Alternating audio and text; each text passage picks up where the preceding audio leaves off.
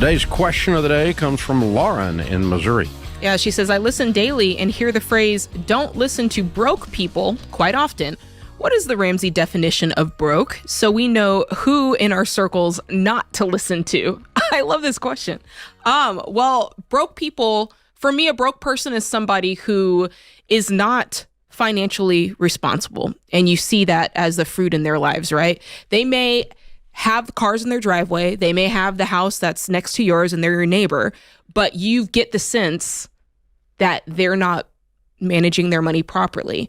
And sometimes I will say, Dave, it's hard to know because unless you know this person, on that financial level, you may not know how they handle their money. But if you see them pull out a credit card when it's time to pay for dinner, if you see that their houses, if you have an idea of where they work and where they earn and you're taking a look at their houses and their cars, there's certain little indicators that you're going, I wonder how they're managing their money. Now, on a personal level, when I think about broke, I think about paycheck to paycheck. And it's that person where your money's coming in and it's going out. You don't know what you're spending it on. You're not on a budget. And at the end of the day, because of that, you're not able to do the things that cause you to be a financially responsible person. You're not savings. You don't have savings. You're not investing for retirement. You are carrying debt. You're still getting into debt, right? All of those things that we teach you to do, you're not setting your family up and your children up long-term for college and things like that. So that's kind of what I would place it in as far as what I would consider a person being broke or trying to gauge if a person is somebody that you don't want to take advice from.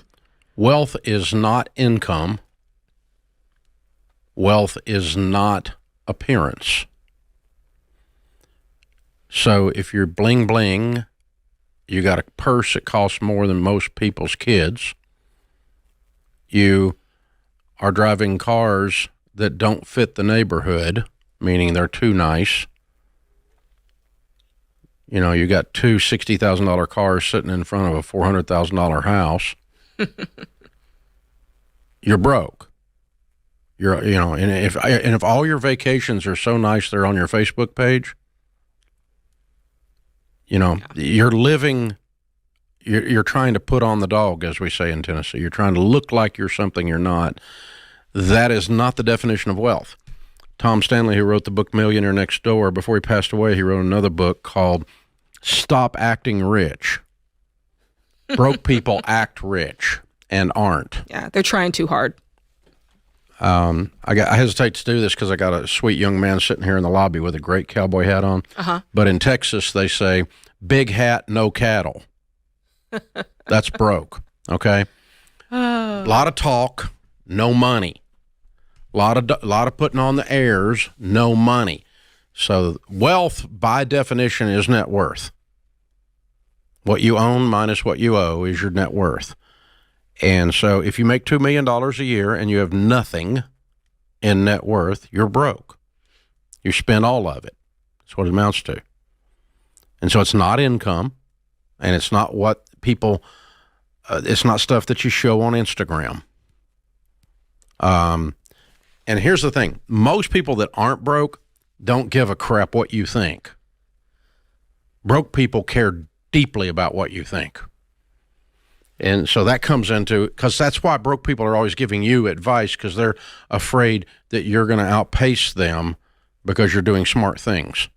That's a big indicator right there. The people who are constantly yapping. Yep. They got a lot of opinions about other people's stuff, and they got no stuff. Mm-hmm. That's a big indicator. Yeah. And so, your typical millionaire, we interview them on the Millionaire, Baby Steps Millionaires. What's the most expensive pair of blue jeans you ever bought? $50, $100.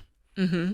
And, nobody excited about that in the blue jean world. I don't know. I That's feel big like, blue jeans money. Can I challenge the blue jeans? Okay. I don't know. I'm not saying that's an indication of broke. On, Dave. I'm just move saying the me. Typical millionaire, when we interview them, and then we say, what did your wife spend? Maybe $100. Okay. But still, they just they're not majoring in appearances, and broke people generally major in appearances. They try to look like they are something they aren't.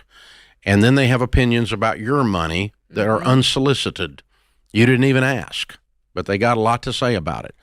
And it's sometimes in your family. And here's the other thing. here's what broke people are. Most people, that's broke people.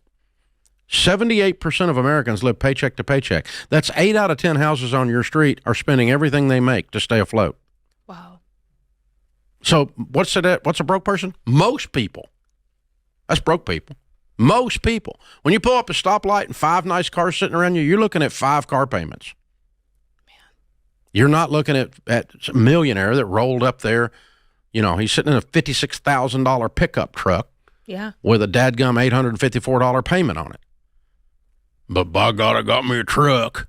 You know, bro, I work hard. I deserve what? You deserve what? A payment? A payment. Give me a break, dude. Seriously. And so that's you know, our definition of broke people would be of wealthy people would be net worth. And you don't get net worth by only earning an income, and you don't typically get net worth by giving a rip what other people think. And so putting your vacations on Facebook, putting your purse, your bling, your, I don't know, whatever it is that you think other people might think they're and be impressed with you. Yeah. Your car, for sure, your stupid car. This is the country where cars, United States of America, cars are a status symbol. 100%. When I walk through my neighborhood, when I see cars, I just see the payment amount. That's all I see. Have you seen the thing that the guy did? It's old, but you are your car, and he goes like, okay, this person is a Subaru, and this person is a, it's hilarious. Because you're like making a statement about who you are. I mean. That is true. You know, so I'm not sure what I am. I'm an old Corvette, I guess, but there you go. But but the, or I might be a Raptor, but somewhere in there, but because that's two of my cars. But anyway, so, yeah, but it's, yeah, the cars are. You used to be a Jaguar. I used to be a Jaguar. I'm not going to do it. That's it. That's it. Is that like a broke cougar? Is that what a Jaguar is? I think so. A male broke cougar is a Jaguar. When I go by apartment complexes and I see... Yeah, they're sitting in a stinking apartment complex and there's a $40,000 car sitting out there. I'm like, this doesn't make sense. That is definitely broke people. Yeah, it doesn't make sense. 100% that's broke people. Okay, so yeah. That's what you're talking about. And I can't tell if this question's a little bit facetious or not, but we're giving you a serious answer anyway. So the answer is don't listen to most people. Yeah. Because most people are broke. Most people don't know. And don't listen to people who are putting on images of wealth because they probably don't have any.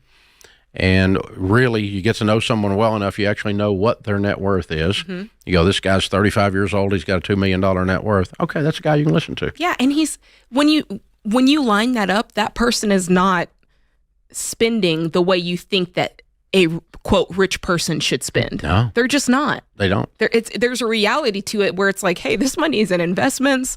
You're just living a normal life. Yep. You know? Very weird. It's an interesting discussion, though. It is. But yeah, if broke people are making fun of your financial plan, you are on track. That's one of the things we always say is a great joke line. Yeah. And it's like if fat people are making fun of your diet, then you're right on track. You know, it's the same deal, right? And so if you've been divorced 62 times, I hope this next marriage works for you, but I don't want to read your book on marriage. You ain't got this figured out, Bubba. And so that's the deal. And that's what we're looking at. It's proof text in the marketplace. As in business, we would call it best practices. Right. I want to follow someone that has a series of habits that has caused them to win in this particular area of my life I'm concerned about. So if you want to be married and have a great marriage, find somebody who's been married 67 years and find out why she didn't kill him. It's a good thing, man. You need to know these things. It's smart.